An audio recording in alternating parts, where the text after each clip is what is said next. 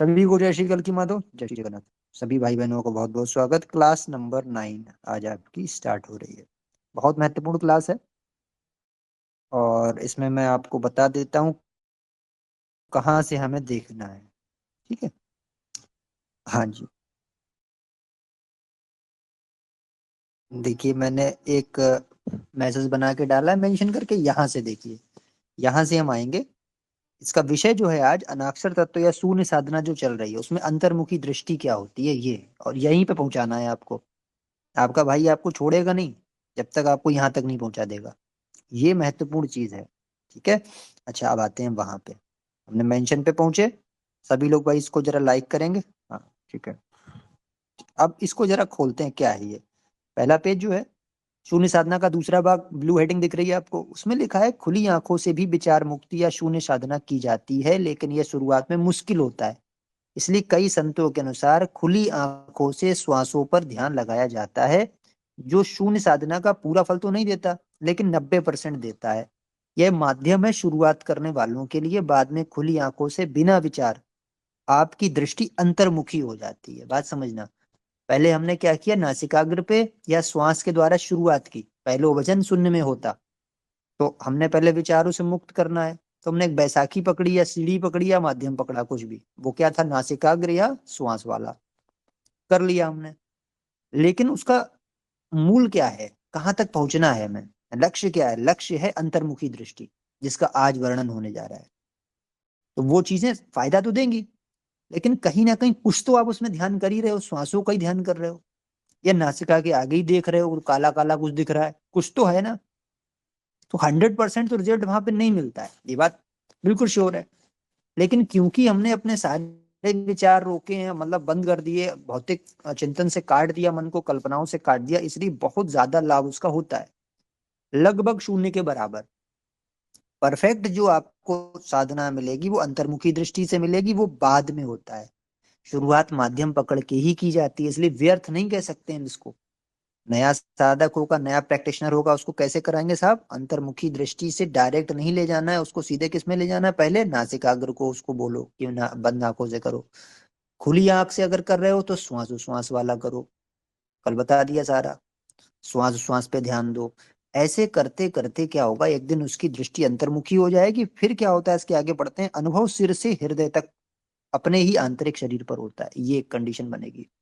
अब अपने आप को फील करेंगे हृदय से लेकर के, अब जो आपकी मेरुदंड है, जिसको बैकबोन बोलते हैं या रीढ़ की हड्डी बोलते हैं, वहां पे चक्र आपके स्थित हैं। मूलाधार सबसे नीचे से स्टार्ट होता है और वहां से लेकर के ऊपर तक, यानी जहाँ चोटी ब्राह्मण बांधते थे पहले, सहस्त्रार जो होता है, वहां तक चक्र है। तो यहाँ चक्रों की बात नहीं हो रही, चक्र खोलने के मंत्र अलग हैं, वो हमें उस वाली उसमें नहीं जाना है। यहाँ पे बात हो रही है हृदय से लेकर के और सहस्त्रार तक, इसलिए चक्र का नाम ले लिया मैंने। चक्र का मतलब सहस्त्रार, मतलब जहाँ चोटी बांधते हैं। इसके बीच में आपको अपनी आत्मा का अनुभव फील होता है ना, मुझे भी होता है। और उस दौरान, बहुत दिमाग से सुनिए, उस दौरान आपकी दृष्टि कहीं नहीं होती है, ये बात समझना है। उस दौरान आपकी दृष्टि ना तो नासिकाग्र पे होगी, ना श्वास पे होगी, कहीं नहीं होगी। बल्कि क्या होगा, दृष्टि आपकी ऐसी हो जाएगी जैसे अंतर्मुखी बोल देते हैं, यानी कि मेरुदंड की तरफ आपको फीलिंग हो रही है। आप उसका एहसास करने लग जाते हैं, फीलिंग को फील कर रहे हैं। कोई चीज फील करते हुए दृष्टि कहाँ होती है? उसी को बोल देते हैं अंतर्मुखी दृष्टि। परमानंद की प्राप्ति हो जाए अगर आपको, आंखें बंद है, आप किधर भी नहीं देख रहे हो, ना अंदर, ना नासिका पे, ना श्वास पे, ना सीने में, किधर भी नहीं देख रहे आप, पर दृष्टि कहाँ होगी? बंद आंख से अगर आप ऐसी फीलिंग लाएंगे कभी भी, तो दृष्टि आपकी कहाँ होगी? उसको बोल देते हैं अंतर्मुखी दृष्टि। और खुली आंख से भी अंतर्मुखी दृष्टि हो जाएगी।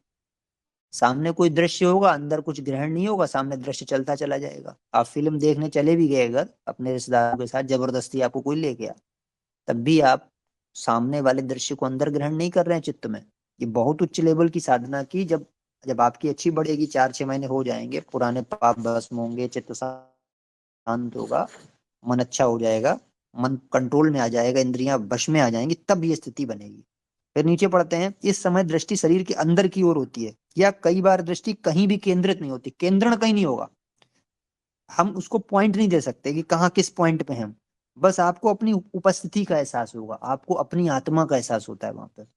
बहुत अद्भुत चीज है। बिरले साधक पहुंचते हैं, आपको पहुंचाना है मुझे, पहुंचा के ही मानूंगा, ये कल की प्रभु का आदेश है। इस समय साधक अनुभव करता है कि उसके भीतर क्या चल रहा है। आप ऐसा फील करोगे कि आपके अंदर क्या चल रहा है, और चल कुछ नहीं रहा होगा, आत्मा की फीलिंग होगी, आत्मा महसूस होगी।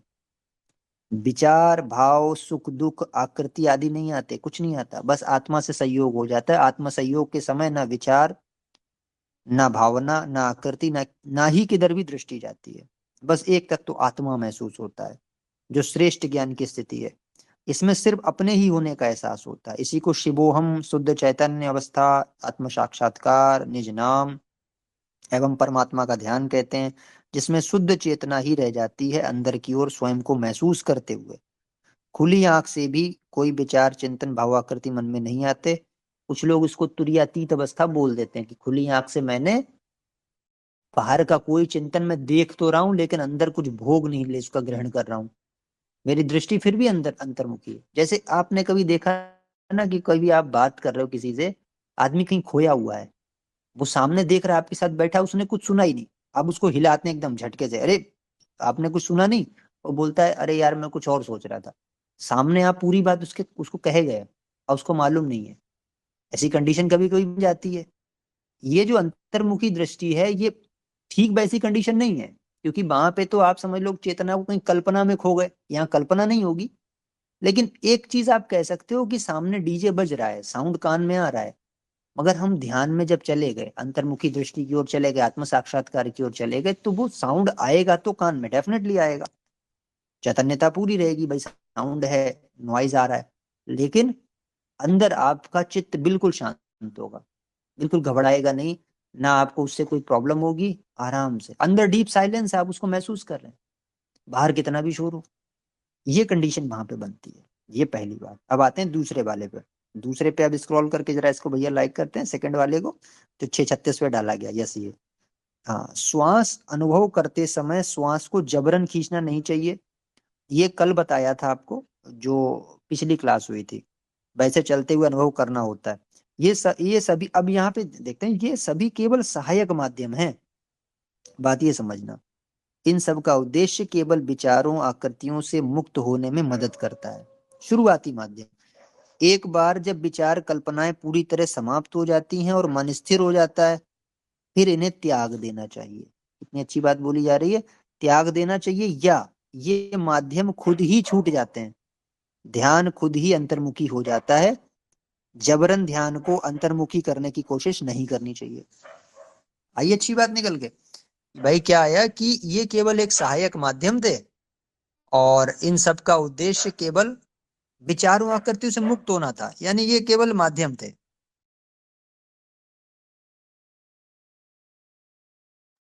तो ये सहायक माध्यम थे। फिर बाद में जब आपकी अंतर्मुखी दृष्टि हो गई, आपने अपने आत्मा का अनुभव किया, तो वहां पे फिर आपको क्या है, फिर ये पुरानी वाली बैसाखियां छूट जाएंगी, फिर नासिका अग्रभाग छूट जाएगा, श्वास उश्वास का चिंतन छूट जाएगा, क्योंकि आप तो फिर परफेक्ट उसमें चले गए ना स्थिति में। जिनके लिए उन्हें पकड़ा था, वो उन चीजों का कोई मतलब ही नहीं रह गया। फिर हमेशा, हमेशा हमेशा अंतर्मुखी दृष्टि में ही रहोगे, यानी हमेशा आत्मस्वरूप में ही रहो, हमेशा। हाँ, कभी भैया वॉइस कभी कट आदमी रही है आपकी। गिरता है उस स्थिति से, ये भी बात है। आत्मस्वरूप तक पहुंच गया, उसने काम किया, कुछ ऐसे नियम वो कर देता है गड़बड़ कि वो उससे गिरता है, बेकार।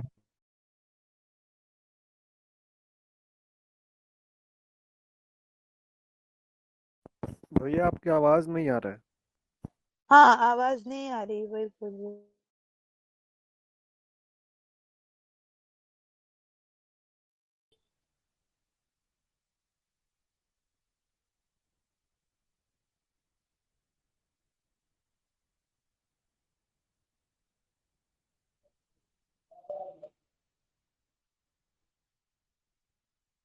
हाँ जी, अब बताएं।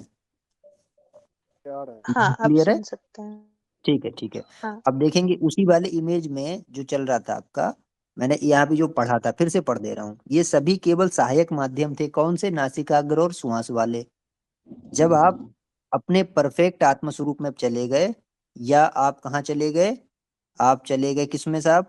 अपने अंतर्मुखी दृष्टि में चले गए, फिर इनका सहारा आपको नहीं लेना पड़ेगा, ये छूट जाएंगे, फिर उसी में हमेशा रहो आत्म स्वरूप में। लेकिन कभी कभी साधक वहां से गिर जाता है, आत्मस्वरूप स्थिति में पहुंच के भी कभी कई बार वो ऐसे नियम खंडित कर देता है साधना के जो पहले बताए थे, विकार आने लगते हैं। उस स्थिति से जब गिरता है तो फिर से उन्हीं बैसाखियों को पकड़ना पड़ता है, यानी उन्हीं साधना जो श्वास वाला माध्यम है या नासिकाग्र, उसको पकड़ के फिर वहां तक पहुंचते हैं। रास्ता वही है, बात समझना। कभी भी गिर जाओ अगर वहां से, तो दोबारा उसको वहीं पे उसी माध्यम के द्वारा फिर वहां तक जाना है। धीरे धीरे विचार साफ होते जाएंगे, धीरे धीरे जो है, जो पुराने संस्कार अगर गलत गलत बन भी गए होंगे, सब सही हो जाएगा और फिर से आप उसमें आत्म स्वरूप में स्थित हो जाएंगे। तो ये चीज थी। तो जबरन इसको नहीं करना है, ये अपने आप होगा। जबरन नहीं करना है, आत्म स्वरूप प्राप्त करना बहुत बच्चों का खेल नहीं है, टाइम लगेगा इसमें। तो आपको अभी जो दो चीजें बताई उसमें आपको रहना, लेकिन ज्ञान थ्योरेटिकल ही होना चाहिए, क्योंकि जिसकी थ्योरी अच्छी होगी वही प्रैक्टिकल करा पाएगा। आजकल ऐसे ऐसे ज्ञानी बने घूम रहे हैं, इनकी थ्योरी गलत है, प्रैक्टिकल कराने घूमते हैं वो आगे। तो ये चीज, आपकी थ्योरी अच्छी होना चाहिए। सुबह शाम हमारे पास बहुत सारे ऐसे आते हैं, आपके पास भी आएंगे, तो कम से कम आपका थ्योरेटिकल नॉलेज अच्छा हो। भले ही आप अभी वहां नहीं पहुंचे हो, लेकिन पहुंच जाओगे आप थोड़े समय में, है ना। तो जबरन नहीं कराना होता है, बात समझना। शुरुआत में प्रैक्टिशनर आए तो कहाँ से लेंगे उसको? नासिकाग्र से और श्वास वाले चिंतन से, वही शुरुआत करानी है। लेकिन ज्ञान आपको पूरा होना चाहिए, बात ये। अब इसके प्रमाण आते हैं। अंतर्मुखी दृष्टि कहाँ पे? नीचे आएंगे साहब, लाइक करेंगे इसको। ये 6:28 में, एक बार इसको पहले भी ले चुके थे। जिन्नेवम सदात्मानम योगी विगत कल्मषा। ये देखिए अब इसमें 6:28 का, जो इस प्रकार मन को सदा आत्मा में स्थिर करके करने का योग करने वाला पाप रहित योगी सुखपूर्वक ब्रह्म संस्पर्श, जो शब्द आया है संस्कृत में भी आप देखेंगे, सुखेन ब्रह्म संस्पर्शमत्यंतम सुखमश्नुते। ऊपर जो ब्रह्म संस्पर्श शब्द आया संस्कृत में सेकंड लाइन में, ये वही है, इसको ही बोल देते हैं।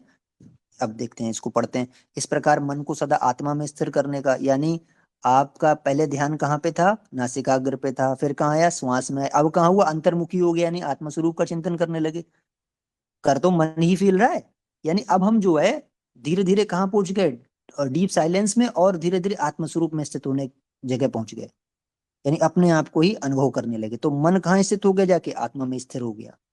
ऐसा योग करने वाला पाप रहित योगी, उसके पाप भस्म हो जाते हैं। पाप रहित बोल दिया सीधे, पाप नष्ट हो गए तभी पहुंचे पहुंचाए वहां तक। अंतर्मुखी दृष्टि ऐसे नहीं मिलेगी, ये साइन है कि आपका पाप नष्ट हो चुका, तो पाप रहित योगी बन गए। फिर सुख पूर्वक ब्रह्म संस्पर्श का परम सुख प्राप्त करता है। ब्रह्म संस्पर्श ब्रह्मलीन अवस्था को बोलते हैं, जहाँ पे आप और ब्रह्म एक ही हो जाते हैं, आप और परमात्मा एक ही हो जाते हैं, आत्मा परमात्मा एक ही हो जाते हैं। लेकिन उससे पहले उससे पहले उसका सुख प्राप्त करता है ब्रह्म संस्पर्श का। पूर्ण समाधि तो बाद में ही होगी जब शरीर छूटेगा, लेकिन पूर्ण समाधि से पहले ब्रह्मलीन अवस्था का सुख प्राप्त होने लगेगा। ये चीज यहाँ कही जा रही है। ये था 6:28, बहुत अच्छा था ये अंतर्मुखी दृष्टि के बारे में। उसके बाद फिर नीचे आते हैं, इसको लाइक करते हैं। यदा विनियतम, है ना, इसको 6:18 को, अध्याय 6 श्लोक 18, इसमें कहा है बस में किया हुआ चित्त जिस काल में अपने स्वरूप में ही स्थित हो जाता है, आ गया वही, और स्वयं संपूर्ण दिशाओं संपूर्ण पदार्थों से निष्प्रह हो जाता है, उस काल में भाई योगी कहा जाता है। अब कितनी अच्छी बात बोली, ये बोली जा रही है कि जिस काल में अपने स्वरूप में स्थित हो जाता है, यानी कि आत्म स्वरूप में चले गए, या आप अपने निज स्वरूप जिसको बोलते हैं, या अंतर्मुखी हो गए, तो वहां पे संपूर्ण पदार्थों से निष्प्रह, यानी कि उनकी कामना नहीं, कोई किसी की इच्छा नहीं चीज की, और वहां पे योगी कहा कहलाता है वो। ऐसी स्थिति प्राप्त हो जाएगी तो आप योगी बन जाओगे उस समय। जिस दिन अंतर्मुखी दृष्टि हो जाएगी उस दिन परफेक्ट योगी हो गए, समझ लेना। ये भी वही वर्णन है अंतर्मुखी दृष्टि का, स्वरूप में स्थित हो जाना, है ना।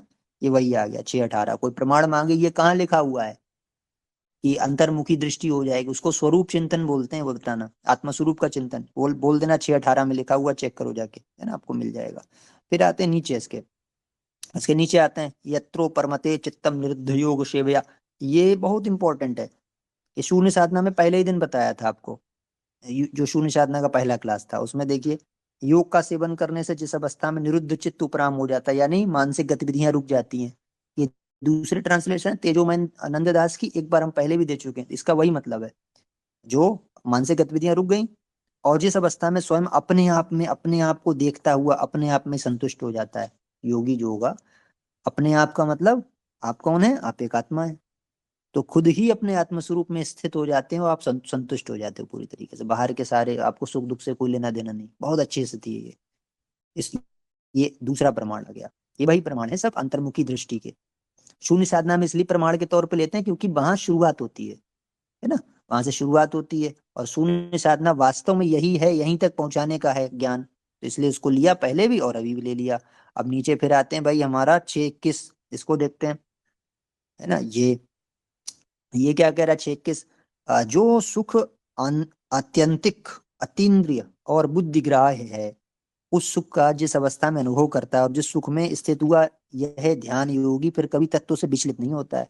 ये बोला जा रहा है कि जो सुख है, आत्मा का सुख जो है, आप उसको जो फील करेंगे, और उस सुख का जिस अवस्था में अनुभव आप करेंगे, तो उस जिस सुख में स्थित हुआ योगी फिर कभी तत्व से विचलित नहीं। तत्व का मतलब जो प्राकृतिक तत्व हैं या जो बाहरी तत्व हैं, वो आपको फिर विचलित नहीं कर सकते। जैसे मैंने बोला ना, अभी डीजे डिस्को वाला साउंड आया, आपको विचलित नहीं करेगा। आप अपने स्वरूप में स्थित हो गए, जाके अंतर्मुखी दृष्टि हो गई है, अभी कोई दिक्कत नहीं है। बाहर बज रहा है लेकिन अंदर आपको उद्वेगित नहीं कर रहा, हिला नहीं सकता अंदर से। इसी तरीके से बाहर अप्सराएं नृत्य कर रही हैं, ऋषि मुनि ऐसे हो जाते थे। कुछ भी चल रहा है, मतलब नहीं, कुछ कुछ का गड़बड़ हो जाता था, कुछ का साधना खंड हो जाती थी।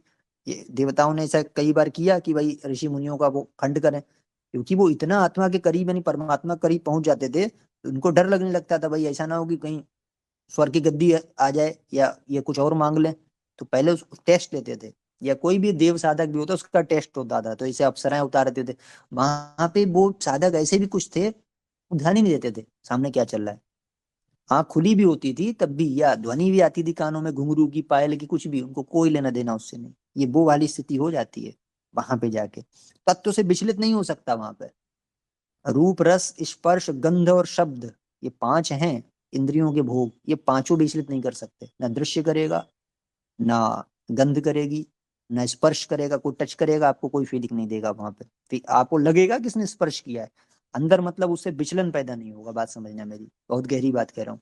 तो इस तरीके की चीजें वहां पे होती हैं। इसको बोलते हैं आत्मस्वरूप की स्थिति या अंतर्मुखी साधना या अंतर्मुखी दृष्टि। उसके बाद फिर नीचे आते हैं, ये 2:55 जो है, ये भी बहुत इंपॉर्टेंट था। अध्याय 2 में आप जब 54 से लेके 72 तक पूरा पढ़ेंगे, इसमें आपको ये सब पता लग जाएगा। पूरा ज्ञान निचोड़ इसमें भी दिया है। जिस समय पुरुष मन में स्थित सब कामनाओं को त्याग देता है और आत्मा से ही आत्मा में संतुष्ट रहता है, उस समय पे स्थित प्रज्ञ कहा जाता है। इसको योगी भी बोल दिया पहले, अब स्थित प्रज्ञ बोल दिया। एक ही चीज है। आत्मा से आत्मा में संतुष्ट रहने का मतलब, अभी आप एक जीव हैं तो उसके लिए आपको जीवात्मा बोल दिया गया संतों की भाषा में। तो जीवात्मा है इसलिए मन है आपके अंदर। आपका मन हो गया किसमें केंद्रित? आत्मा में केंद्रित हो गया। तो इसका मतलब अब क्या हो गया? अपनी आत्मा से आत्मा में ही संतुष्ट हो गए। सीधी सी बात ही हो गई, यानी जीव भाव से आत्म भाव में स्थित हो गए, स्थित प्रज्ञ कहलाएंगे। और सभी कामनाएं उसमें खत्म, मतलब कुछ सोच सोच विचार चलता ही नहीं है। तो फिर कामना कहाँ से आएगी? ना इच्छा आएगी, ना भोग आएगा, कुछ नहीं आएगा। बहुत अच्छा, वो तो रिलैक्सेशन का एक मुद्रा है, या कह सकते हैं डीप रिलैक्स, डीप साइलेंस, और बोल सकते हैं कि परमानंद। बहुत अच्छी अवस्था है इसको बोला जाता है। जब आप फील करेंगे पहली बार, तो आप मेरे पास कमेंट जरूर करेंगे, कहेंगे भैया आज हो गया हमारा, बहुत जबरदस्त चीज, वहां तक पहुंच गए। इसके बाद फिर नीचे आते हैं 2:72 में। इसको करते हैं 2:72 में। आइए भाई, इसमें है कि हे पार्थ, यह ब्राह्मी स्थिति है। ब्राह्मी स्थिति यानी ब्रह्म की स्थिति। इसे प्राप्त कर पुरुष मोहित नहीं होता है, मोह नहीं आ सकता उसमें। अंत काल में भी इस निष्ठा में स्थित होकर ब्रह्म निर्वाण, ब्रह्म के साथ एकत्व को प्राप्त हो जाता है। ये ब्रह्मलीन अवस्था आ गई, लास्ट वाला। इसको भी याद रखिए, 2:72 में ब्रह्मलीन अवस्था का सीधे सीधे दे दिया। ब्रह्मलीन कैसे होता है साधक? 2:72 सबसे उच्च स्थिति आज ये 2:72 में दी गई है। अभी तक जो चल रहा था उसमें तो आप सुख फील कर रहे थे, यहाँ फीलिंग वीलिंग कुछ नहीं होगा, यहाँ पे सीधे निर्माण हो गया, पूर्ण रूप से समा गए जाके ब्रह्म में, है ना? ये सारा ब्राह्मी स्थिति वगैरह ये सब वही है। तो मोहित नहीं होगा। और अंत काल में का मतलब, अभी तो मोहित नहीं हो रहे हो का मतलब क्या? अभी आप अंतर्मुखी दृष्टि में हो, आत्मस्वरूप में हो, लेकिन अंत काल में जब शरीर छूटेगा तो कहाँ चले जाओगे? ब्रह्म निर्माण, ब्रह्म के साथ एकत्व प्राप्त हो जाएगा। ब्रह्म निर्माण मृच्छति। 2:72 कितना अच्छा दिया देखिए। गीता सबके सामने ऐसा आती रहती है, पढ़ते रहते हैं, कभी खुलता ही नहीं उसका राज। खोलने के लिए मेधा चाहिए, और मेधा भगवान ही देते हैं, और जिससे खुलवाना होता है उसी से खुलवाते हैं। ये बहुत गहरी चीज है, मैंने खुद ने कई बार पढ़ी थी, बहुत मुश्किल इसको समझना। फिर नीचे देखिए अध्याय 2 श्लोक 54 से लेके 72 में आत्मस्वरूप स्थिति प्राप्त साधक के लक्षण भी दिए गए। इनको आप खुद से पढ़ लेना। अध्याय 2 श्लोक 54-72 में कुछ कुछ बता दे रहा हूं मैंने। अब जैसे आपको है, सुख दुख उस समय नहीं आएगा क्योंकि आत्मस्वरूप में स्थित हो गए। वहां पे आपको सुख दुख नहीं आएगा, और राग और द्वेष नहीं आएगा, है ना। कामनाएं नहीं सताएंगी, इच्छाएं नहीं सताएंगी, भोग आपको विचलित नहीं करेंगे, मन आपका एकदम संयम में होगा, शांत हो जाएगा मन, परमानंद की प्राप्ति होगी। किसी प्रकार का मतलब कोई भी भाव, अहंकार, काम, क्रोध, लोभ, मोह कुछ भी नहीं सता सकता उस समय। डीप साइलेंस, डीप रिलैक्स, ये सब उसमें दिया हुआ है। जो जो लक्षण वहां पे होते हैं ना, स्वर्ण मिट्टी पत्थर को हमेशा समान समझ लोगे, फिर उसके बाद उनका कोई महत्व नहीं रह जाएगा। भौतिक मतलब चीजों का महत्व आपके लिए फिर शून्य है, क्योंकि आप उस स्थिति में पहुंच चुके हो। वहां पे आप पहुंचेंगे धीरे धीरे। और ऐसा नहीं कि हर समय उसी में बैठे रहोगे, ऐसा नहीं है। जब आप ध्यान में बैठेंगे तब पहुंचेंगे वहां तक, ये भी बात है। कई बार ध्यान अपने आप लग जाता है, जब आप प्रैक्टिशनर लंबे हो जाते हैं तो अपने आप लग जाता है। बट ये है कि वो ये सब प्रैक्टिस से आती हैं चीजें, अभ्यास से आती हैं। अभी आपकी शुरुआत हुई है, वहां तक पहुंचना है आपको। तो ये अंतर्मुखी दृष्टि का पूरा चैप्टर था, बहुत अच्छा चैप्टर, बहुत ज्ञानवर्धक चैप्टर। उसमें 272 को हमेशा याद रखना भैया। जो 272 आज बताया था, ये आपको ब्रह्मलीन जब स्थिति की पर चर्चा होगी उसमें ये वाला प्रमाण आपके काम में आएगा, ठीक है। क्योंकि इसमें दे दिया सीधे कि ब्रह्म ब्रह्म के साथ एकत्व क्या होता है। इससे पहले भी कुछ लक्षण है। अंतर्मुखी दृष्टि यानी कि आत्मा स्वरूप से लेके ब्रह्मलीन की अवस्था जो है, उसके बीच में कुछ लक्षण प्रकट होने लगेंगे आपके अंदर, वो भी बताएंगे। उसका भी एक पूरा क्लास रहेगा। तो आज आपने जो है अच्छा ज्वाइन किया, काफी कुछ सीखा, इसके लिए आप सभी साधुवाद के पात्र हैं। और इसकी रिकॉर्डिंग जो है हम डाल देंगे आप लोगों को। जो है बाकी जो लोग छूट गए या नहीं देख पाए वो बाद में सुन लेंगे इसको। और सभी लोग भैया अपना अपना इसमें श्रमदान दें, खूब अच्छे से सीखें इसको। आप लोग, मैं क्या चाहता हूँ, आप लोग अच्छे तरीके से क्या बने, एक योग्य प्रशिक्षक बने। आप इतने अच्छे बने कि आपको कोई भी विचलित ना कर सके, और इसका आपके जीवन में लाभ होगा। इसका आपके जीवन में आप लाभ देखोगे। इस चैनल से आके बहुत कुछ सीखा होगा आपने जीवन में। ये अद्भुत है, अंतिम श्वास तक आपके काम आएंगी चीजें, ऐसी चीजें ये, है ना। कहाँ मिलता है अध्यात्म आजकल कौन बात करता है? देखो दुनिया भर नौटंकी से भरा हुआ है, अध्यात्म की बात ही कहाँ हो रही है। तो बहुत आपके लिए उसका एक विषय था, जो भगवान की कृपा का। ठीक है, तो मिलते हैं आपसे। आशा है आप लोग मेहनत अपनी जारी रखेंगे, उन चीज़ों को सुनेंगे, समझेंगे अच्छे से। जय श्री कल की माधव, सभी को जय श्री जगन्नाथ। बहुत बहुत सभी का आभार, अभिनंदन, साधुवाद।